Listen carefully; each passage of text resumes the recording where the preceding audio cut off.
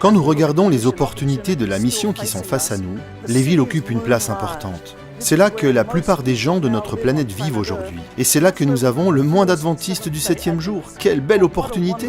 Je tiens à vous remercier pour votre soutien à la mission globale, qui nous aide à créer de nouveaux groupes de croyants dans les villes du monde entier.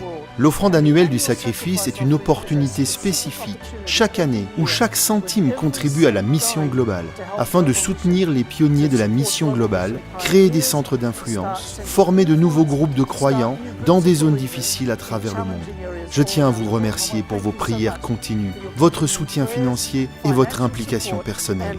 Je vous invite à présent à rendre visite à un pionnier de la mission globale.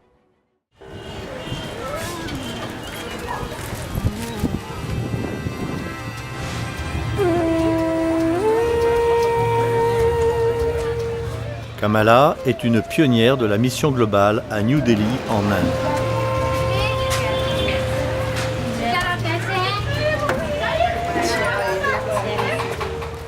Les pionniers de la mission globale sont envoyés pour former de nouveaux groupes de croyants dans les quartiers où l'on ne connaît pas encore Dieu.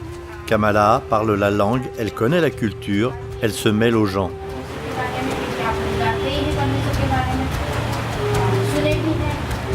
New Delhi est l'une des villes les plus densément peuplées et compte des millions de personnes qui ne connaissent pas Jésus.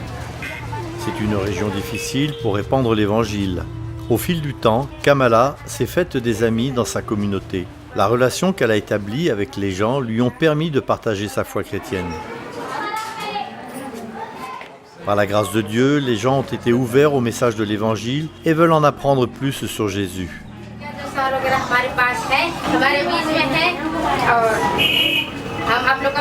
Kamala s'adresse chaque sabbat à une congrégation croissante qui se réunit dans cette petite pièce.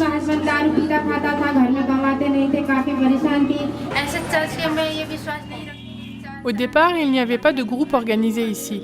Il y avait juste des gens éparpillés ici et là. J'avais l'habitude de prier le Seigneur pour que Dieu me donne une congrégation ici. Doucement, les gens ont commencé à venir écouter le message que je leur présentais. Kamala rend visite aux gens chez eux pour discuter et apprendre à les connaître. Grâce aux relations et aux bouches à oreille, ce groupe est passé d'un petit nombre à une salle bondée. Je dépose mes enfants à l'école. Ensuite, je prends quelques-unes des femmes de ma congrégation avec moi et nous allons dans différents foyers qui sont dans le besoin.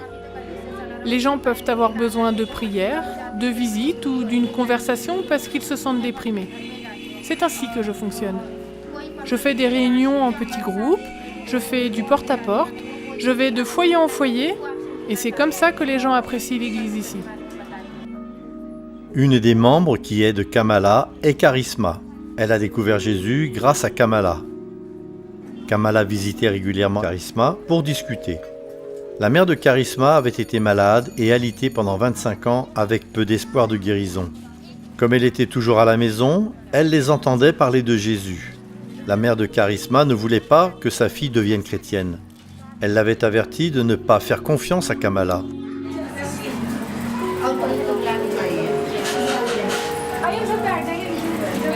Charisma ne voulait pas faire de la peine à sa mère, mais elle était vraiment convaincue par le message adventiste.